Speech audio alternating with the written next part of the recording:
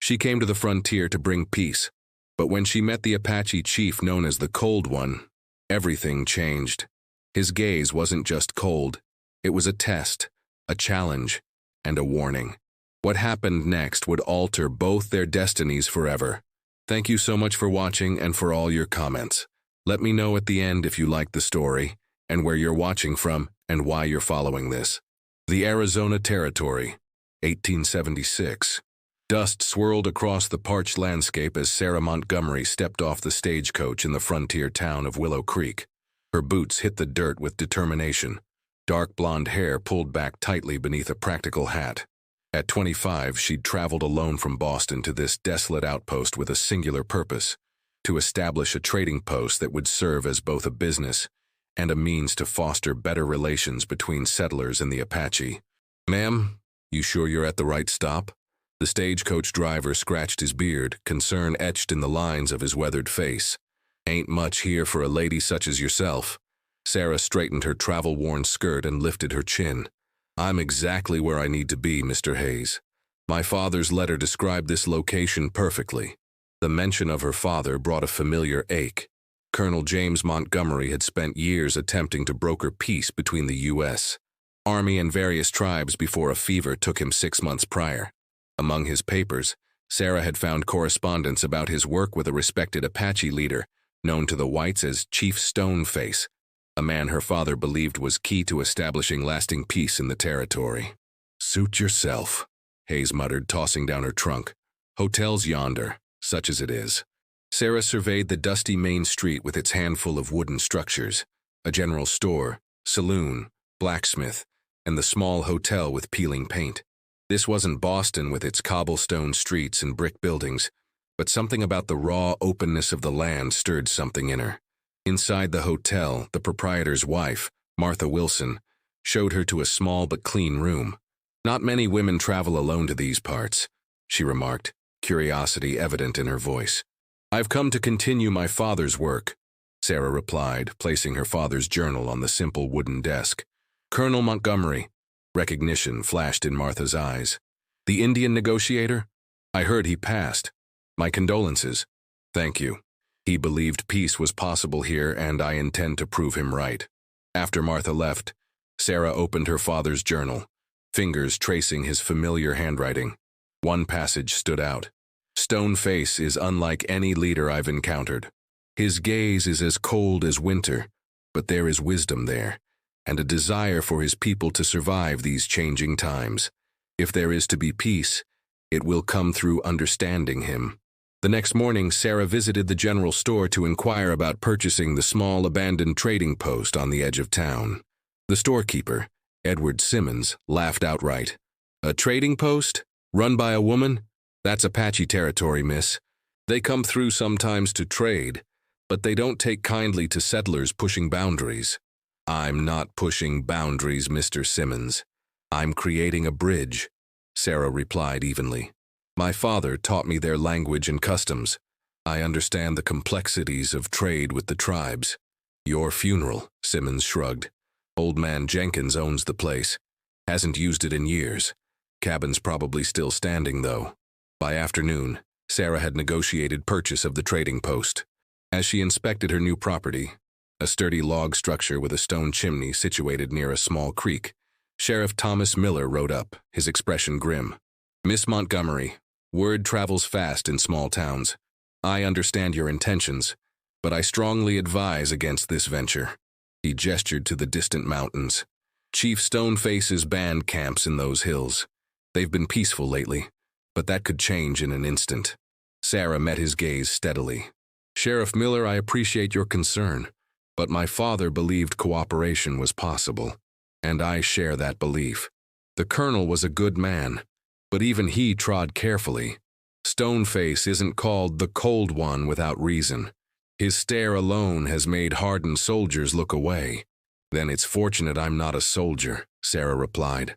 "I'm a businesswoman proposing a mutually beneficial arrangement." As the sheriff rode away, Sarah felt a prickle on the back of her neck. Turning toward the tree line, she caught a glimpse of movement, a shadow slipping between the pines. Someone had been watching. That night, as she prepared the trading post for reopening, arranging trade goods and cleaning years of dust. Sarah heard the distinctive sound of hoofbeats. Moving cautiously to the window, she saw 3 Apache riders approaching in the moonlight, their faces painted for war. Sarah's heart hammered, but she straightened her spine and moved to the door. This was what she had come for, her first test. She stepped onto the porch, keeping her hands visible, and spoke in the Apache language her father had taught her. I welcome visitors to this place of peaceful trade. I am Sarah, daughter of Colonel Montgomery. The lead rider's eyes narrowed at hearing his language from her lips. His face remained impassive as stone as he studied her. Sarah felt the weight of his gaze like physical pressure, understanding immediately why he was called the Cold One. This was Chief Stoneface himself. The silence stretched between them, taut as a bowstring. Chief Stoneface remained mounted, his obsidian eyes revealing nothing as he considered Sarah's words.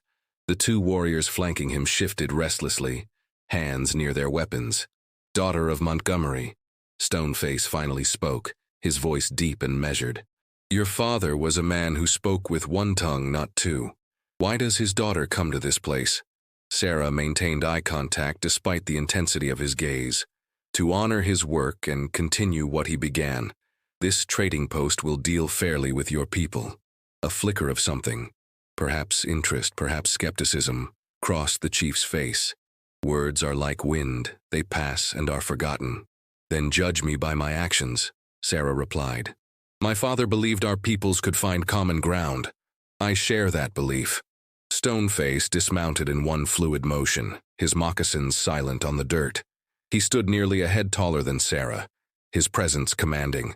Up close, she could see the lines of wisdom etched around his eyes, belying his reputation for merciless dealing. The white man's idea of fair trade has often meant taking everything and leaving nothing, he said. Why should you be different? Because I come alone, seeking neither land nor gold, Sarah answered. Only honest exchange and understanding. The chief's penetrating gaze seemed to search her very soul. Then, unexpectedly, he nodded. We will watch. We will wait. We will see if the daughter is like the father. With that, he turned and remounted his horse. Before riding away, he added, The mountains have eyes, Sarah Montgomery. Remember this. Then they were gone, melting into the darkness like apparitions. Sarah released the breath she'd been holding, her hands trembling slightly with the aftermath of tension. Their encounter had been brief, but she felt as though she'd been through a trial by fire. The following days were busy as Sarah prepared the trading post. She scrubbed floors, repaired shelves, and arranged her goods. Coffee, sugar, flour, tobacco, cloth, and tools. Items she knew would be valuable to both settlers and Apache. She'd also brought items specifically for trade with the tribes. Quality knives, mirrors, brass bells, and colorful beads. Word of her enterprise spread quickly. Curious settlers began stopping by, some supportive, others openly skeptical or hostile. You're playing with fire, miss, warned Jeremiah Foster, a rancher whose property bordered Apache hunting grounds. Stoneface may seem reasonable one day and raid your livestock the next. That hasn't been my experience, Mr. Foster, Sarah replied calmly. Perhaps if trade were conducted fairly and consistently, there would be less need for raiding. Foster's face reddened. My brother was killed by Apaches 3 years ago. They understand nothing but force. I'm sorry for your loss, Sarah said sincerely. But this cycle of violence serves neither side. My father documented instances where misunderstandings led to bloodshed that could have been avoided. Women, Foster spat as he left. Too soft-hearted to see danger until it's too late. Not all visitors were antagonistic. Martha Wilson brought fresh bread and practical advice about desert living. Sheriff Miller provided information about local dynamics. And to Sarah's surprise, a young Apache woman named Morning Star appeared one day, silently helping her organize trade goods. Why do you assist me? Sarah asked in the Apache language. Morning Star arranged a stack of calico cloth before answering. My father speaks of your father with respect. I am curious about his daughter who speaks our tongue. Your father? He who you call Stoneface. I am his youngest daughter. Sarah nearly dropped the tin of coffee she was holding. The chief is your father? Morning Star smiled slightly. He sent me to watch you, to learn your heart. He does not trust easily, but he remembers Colonel Montgomery's fair dealing. Over the next 2 weeks, a tentative routine developed. Morningstar visited daily, teaching Sarah about Apache customs and needs while Sarah taught her English writing. Gradually, Apache traders began to appear, cautious at first, then more regularly, as word spread of fair prices and respectful treatment. Sarah kept meticulous records, noting which items were most valued and learning the particular needs of each season. She recorded everything in a journal similar to her father's, capturing observations about customs and practices that might foster better understanding. Then came the incident that tested everything she'd built. A group of cowboys rode into town, led by Foster's son William, a hot-headed young man known for his contempt toward Indians. They'd been drinking heavily at the saloon when they spotted 2 Apache men trading at Sarah's post. "Look here, boys. The Indian lovers got customers," William shouted, dismounting unsteadily. Sarah stepped onto the porch. "Mr. Foster, my clients and I are conducting business. Please continue on your way." "Clients? They're savages who'd as soon scalp you as look at you," William slurred, his hand hovering near his pistol. The 2 Apache men tensed, hands moving toward their knives. Sarah stepped between the groups, heart racing but voice steady. "There will be no trouble here. This is a place of peaceful trade." "Peace?" William laughed harshly. "Tell that to my uncle's ghost." He drew his pistol, aiming at one of the Apache men. Before he could fire, Sheriff Miller's voice cut through the tension. "Drop it, Foster. You're drunk and making a fool of yourself." The sheriff had appeared from the direction of town, rifle aimed squarely at William. After a tense moment, William lowered his weapon. "This ain't over," he muttered, glaring at Sarah. "People in town are talking, saying you've forgotten which side you're on." After the cowboys departed, Sarah thanked the sheriff, who shook his head grimly. "I can't always be riding out here in time, Miss Montgomery. Foster's boy has a following among the younger men. They're itching for trouble." That evening, as darkness fell, Sarah was startled by a knock at her door. Opening it cautiously, she found Chief Stoneface standing alone, unarmed, his face solemn in the lantern light. "I have heard of what happened today," he said without preamble. "My daughter says you stood between your people and mine." "Violence serves no one," Sarah replied, inviting him inside with a gesture. The chief entered, his tall frame seeming to fill the small cabin. His eyes took in every detail: the neatly arranged trade goods, the journals on her desk, the photograph of her father. "Your actions were brave, perhaps foolish," he said finally, "but they speak louder than words." He turned his penetrating gaze on her. "Yet I must know your true purpose here, Sarah Montgomery. Few white women come alone to such places without reason." Sarah met his gaze unflinchingly. "My purpose is exactly what I've stated: to create understanding where there has been mistrust, to trade fairly where there has been exploitation." "And what do you gain from this?" Sarah hesitated, then decided on complete honesty. "I gain purpose. My father believed in this work, and through it I feel connected to him still. But more than that, I believe it is right." Stoneface studied her for a long moment, his expression unreadable. Then he nodded slowly. "Tomorrow you will come to our camp. There is something you should see." Dawn painted the eastern sky with streaks of gold and crimson as Sarah prepared for the journey. She wore her most practical riding clothes, sturdy trousers beneath her split skirt, a gesture of both practicality and respect for the distance they would travel. Morning Star arrived as arranged, bringing a gentle mare for Sarah to ride. "My father rarely invites outsiders to our camp," Morning Star said as they mounted. "This is an honor not given lightly." Sarah nodded, understanding the significance. "I'll remember that." They rode through winding canyons and across open stretches of desert, the landscape transforming as they climbed higher into the foothills. Sarah marveled at the rugged beauty: red rock formations jutting against the sky, hardy desert plants blooming improbably from seemingly barren soil. Morning Star named plants and landmarks in her language, teaching Sarah words beyond what her father had recorded. "Your father spent time in our camp," Morning Star said as they paused to rest the horses. "He learned our ways, shared meals with our elders, but that was before the soldiers came to build the new fort." Sarah frowned. "What fort? My father didn't mention this in his journals." It came after his last visit. The Bluecoats build where our ancestors are buried. My father protested, but they did not listen. Morning Star's voice held controlled anger. Your father wrote letters, trying to stop it. Then he fell ill. This new information troubled Sarah deeply. Had her father's efforts been undermined by the very government he served? Was this why his letters had grown increasingly frustrated before his death? By midday, they approached the Apache camp, positioned strategically in a protected valley with clear views of approaching riders. Sarah felt eyes watching as they rode in, women pausing in their work, children staring curiously, warriors evaluating the potential threat she represented. Chief Stoneface waited at the center of the camp. Standing beside him was an elderly man, his face deeply lined, leaning on a gnarled walking stick. This is Wise Owl, Stoneface introduced, as Sarah dismounted. He was keeper of our stories when your father visited. He asked to see the daughter who follows her father's path. The old man studied Sarah, then smiled, revealing few remaining teeth. You have his eyes, he said in halting English. Good eyes, seeing eyes. Sarah bowed her head respectfully. Thank you for welcoming me. Stoneface gestured toward a nearby ridge. Come, there is something you must understand. As they walked, the chief's demeanor remained formal, but he spoke more openly than before. Your trading post sits on the edge of two worlds, Sarah Montgomery. To understand why this matters, you must see with clear eyes.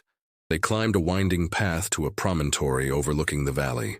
From this vantage point, Sarah could see the Apache camp nestled below, but as she turned to look eastward, she gasped.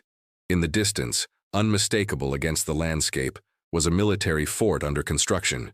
Even from here, she could see soldiers drilling, supply wagons arriving, the foundations of what would clearly become a permanent installation. Fort Davis, Stoneface said, his voice flat, named for a general who never set foot on this land. They built it on our ancestors' burial ground, despite your father's protests. Sarah felt a cold weight settle in her stomach. I had no knowledge of this. My father's last letters mentioned tensions, but not this specific cause.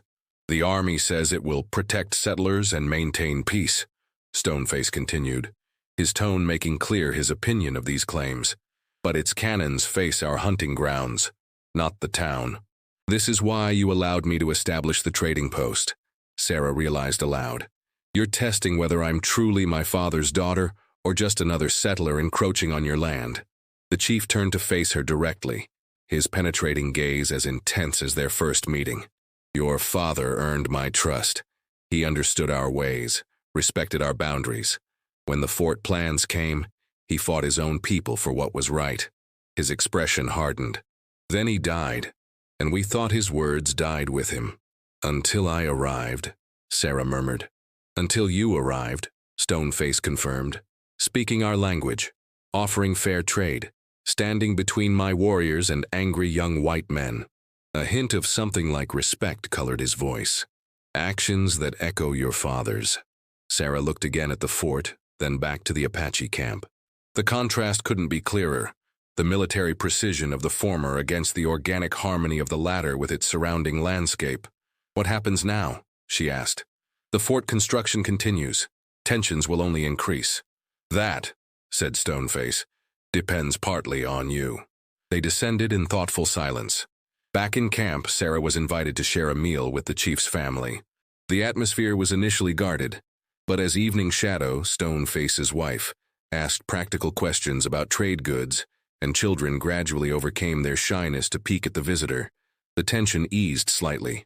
After the meal, Wise Owl approached, carrying a bundle wrapped in soft leather. Your father left this, he said, offering it to Sarah, for safekeeping. Now it should return to his daughter. Sarah unwrapped the bundle with trembling fingers. Inside was her father's military journal, not the personal one she had, but his official record. She opened it to find detailed documentation of agreements made with the Apache, maps marking sacred sites and hunting grounds, and most significantly, his formal protests against the fort's location. He gave this to you for protection, she realized. Wise Owl nodded. He feared some would make his words disappear. White leaders sometimes forget what they promise when the ink dries. Sarah closed the journal, holding it tightly. I'll ensure these agreements are honored. As afternoon waned, Sarah prepared to return to her trading post. Stoneface accompanied her and Morning Star to the edge of the camp. "What you have seen today is not for many white eyes," he said. "What will you do with this knowledge, Sarah Montgomery?" Sarah met his gaze directly. "I'll continue my father's work, not just trading fairly, but advocating for the agreements he made to be honored. The fort's location violates those agreements. Words from a woman trader may not carry weight with army men," Stoneface observed. "Perhaps not," Sarah acknowledged. "But my father had colleagues in Washington who respected him. I have his documentation, and I have something he didn't. A successful trading post demonstrating that cooperation benefits everyone." For the first time, she saw something like approval in the chief's normally impassive expression. "Your path will not be easy," he warned. "There are those among both our peoples who prefer conflict to understanding." "I'm aware," Sarah replied, thinking of William Foster and his friends. "But difficult paths are often the only ones worth taking." As they rode back, the setting sun casting long shadows across the landscape, Morning Star asked, "Are you afraid, Sarah Montgomery?" Sarah considered the question honestly. "Yes," she admitted. "I'm afraid of failing, of making things worse instead of better. But I'm more afraid of not trying." When they reached the trading post at dusk, Sarah was alarmed to see several horses tethered outside and lamplight glowing from within. Morning Star tensed, but Sarah recognized Sheriff Miller's mount among them. Inside, she found the sheriff, Martha Wilson, and Edward Simmons from the general store, all looking grave. "Miss Montgomery," Sheriff Miller began, relief evident in his voice. "We were concerned.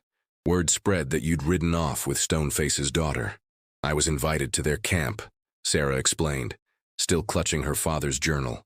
"It was an opportunity to build trust." "That's not how some see it," Simmons said grimly. "Foster's been in the saloon all afternoon talking about how you're conspiring with savages. Some men are listening." Martha stepped forward. "We came to warn you. It might be best if you stayed in town tonight." Sarah straightened her shoulders. "This is my home and business. I won't be driven from it by gossip and threats." "It's more than gossip," the sheriff countered. "Army officers from the new fort were in town today. They're not pleased about your trading with the Apache. Say it complicates their position." "Their position?" Sarah felt anger rising. "Their position is on sacred burial grounds, contrary to agreements my father negotiated." She placed the journal on her table. "Agreements documented right here." The three exchanged glances. "That may be," Sheriff Miller said carefully, "but challenging the U.S. Army isn't advisable, especially for a woman alone," Sarah finished. "Perhaps that's precisely why I must do it, because my father would have, had he lived." After they departed, the sheriff reluctantly leaving only after Sarah insisted, she sat alone with her father's journal, reading by lamplight. The documentation was meticulous, including signed agreements acknowledging the sacred nature of the land where the fort now stood. A soft knock interrupted her reading. Cautiously opening the door, Sarah found Morning Star had returned. "I told my father of the men at your trading post," she explained. "He sent warriors to watch from the hills tonight. You will not be alone." Sarah felt a complex mix of emotions: gratitude, determination, and a growing sense that she stood at a pivotal moment, not just in her own life, but in the relations between two peoples whose futures were inextricably linked. "Thank you," she said simply. As Morning Star slipped away into the darkness, Sarah returned to the journal, more determined than ever to honor her father's work and forge a path toward the understanding he had sought. Tomorrow would bring new challenges, but tonight at least she was not alone. Morning arrived with an unusual stillness. Sarah rose early, reviewing her father's journal once more before securing it in a hidden compartment beneath a floorboard, a precaution that now seemed prudent. As she prepared the trading post for the day's business, her mind worked through possibilities. The journal provided leverage, but using it required careful strategy.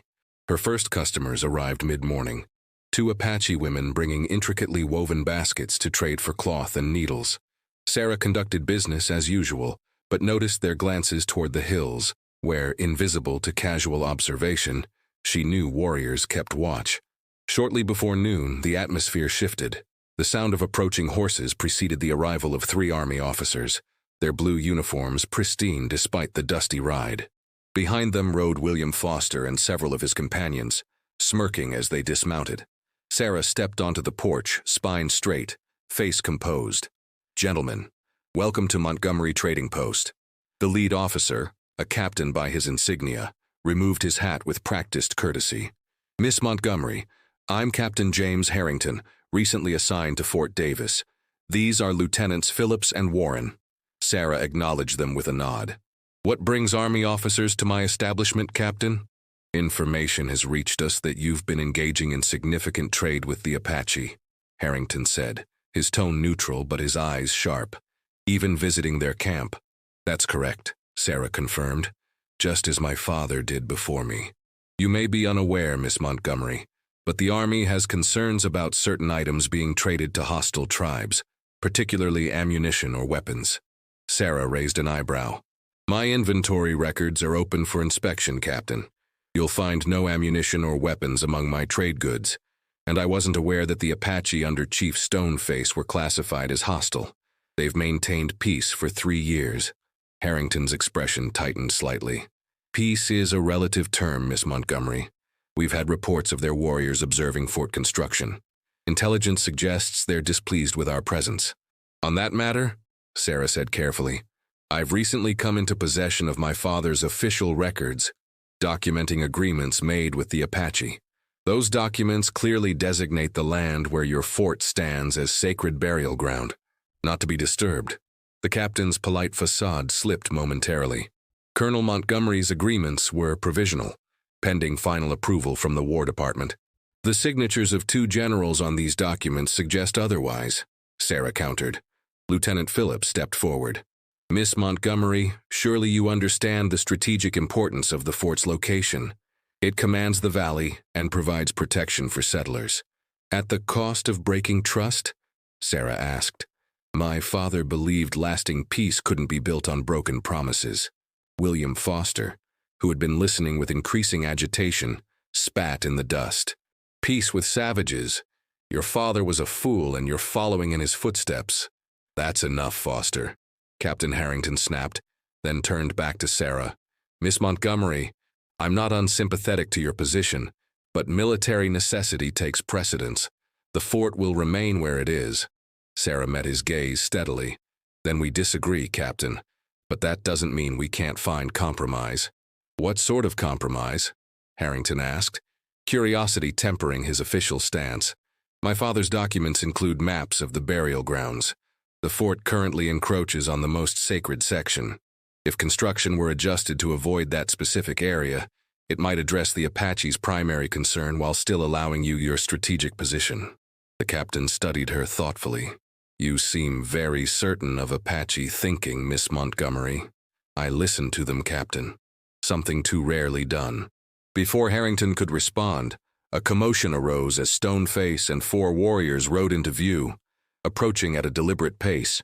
The soldiers tensed, hands moving to their sidearms. "Hold!" Harrington ordered his men, though his own posture stiffened.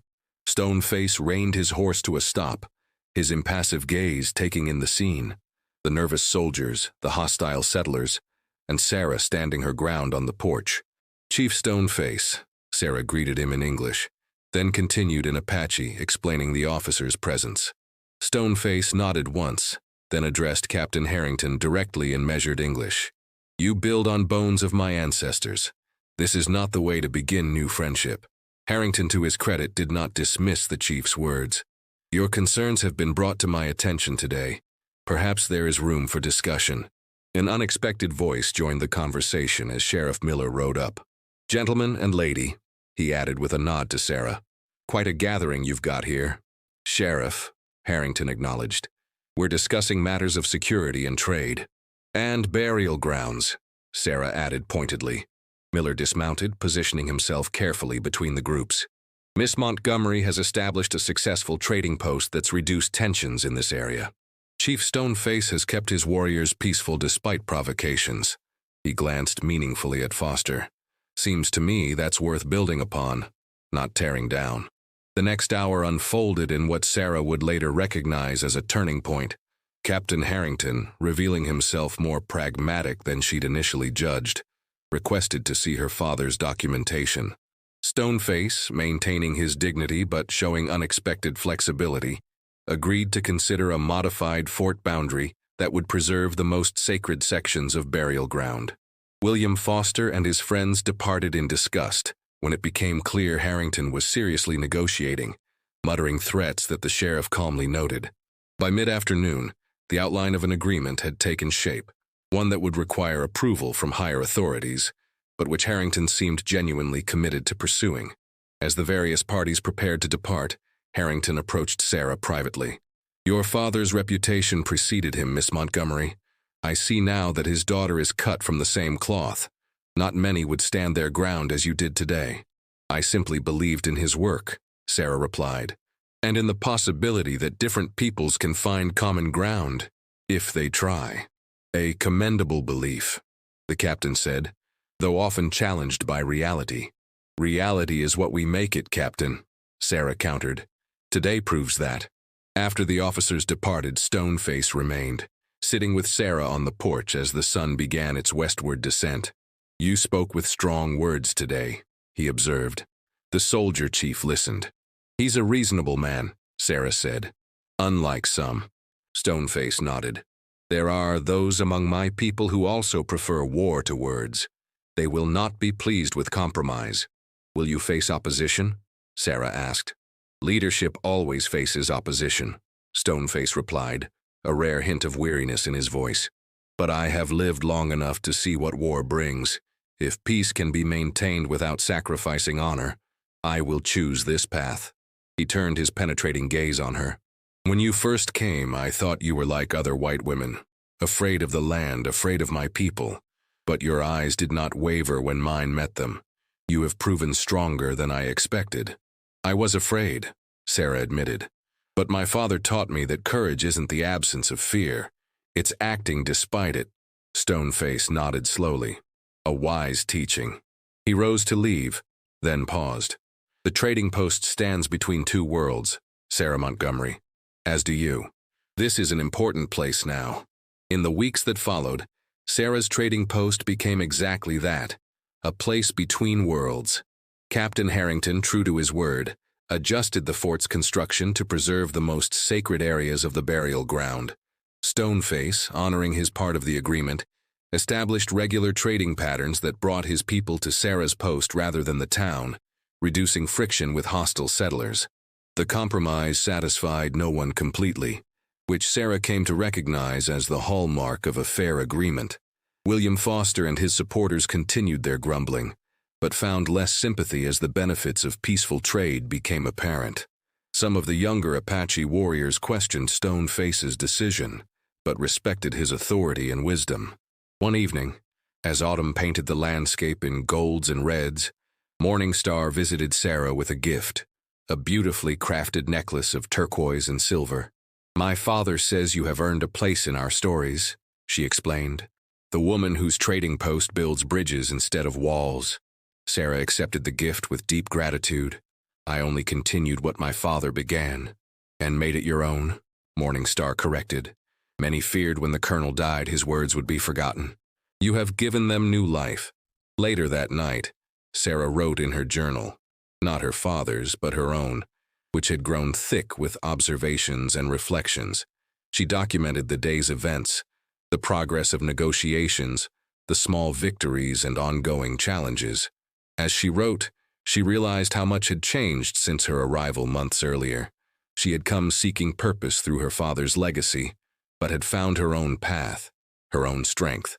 The trading post had become not just a business, but a testament to the possibility of understanding across profound differences.